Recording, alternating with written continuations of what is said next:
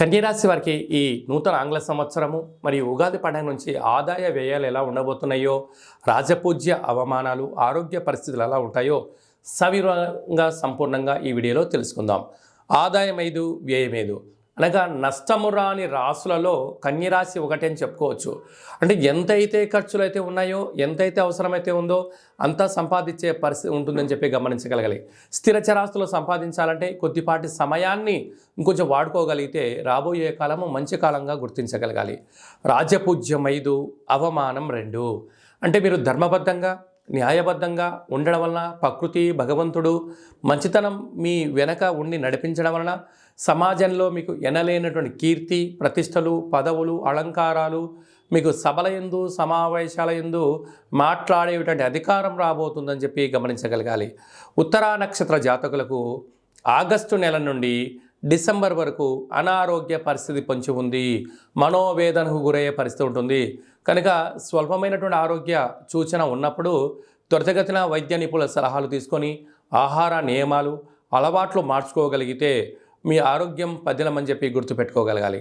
అలాగే హస్త నక్షత్ర జాతకులకు, చిత్తా నక్షత్ర జాతకులకు ఈ సంవత్సరము ఆరోగ్య ప్రకారంగా చాలా బాగుందని చెప్పి గమనించగలగాలి. అలాగనే ఈ కన్యరాశిలోనే కేతు సంచార స్థితి ఉండడం వలన చిన్న చిన్న విషయాలకు ఆందోళన చెందడం, వృత్తులలో, ఉద్యోగాల్లో, వ్యాపారాలలో నిత్యము మిమ్మల్ని పర్యవేక్షణలో మిమ్మల్ని ఉంచారు అనేటువంటి మాట మీరు గుర్తుపెట్టుకోవాలి. అనైతికంగా మాట్లాడినా, ఆవేశంగా నిర్ణయం తీసుకున్నా, మాటి మాటికి గృహాలు, ఉద్యోగాలు, వ్యాపారాలు మారుస్తూ వెళ్ళిపోయే పరిస్థితి చాలా అధికంగా ఉంటుంది. కనుక ఓపిక, పట్టుదల, సహనం అవసరం గుర్తుపెట్టుకోగలగాలి.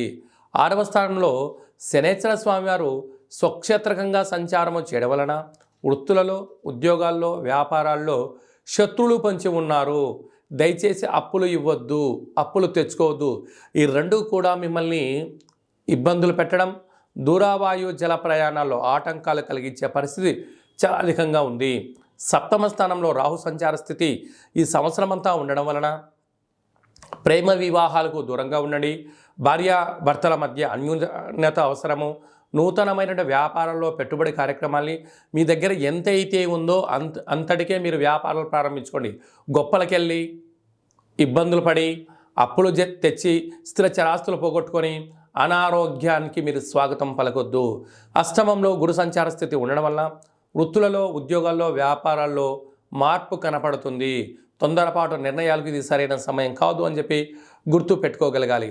అలాగనే 26 ఏప్రిల్ 2024 నుండి దేవగురు బృహస్పతి భాగ్యస్థానంలో సంచారం చేయడం వలన మంచి కాలము రాబోతుంది. కనుక ఓపిక, పట్టుదల, సహనం అవసరము.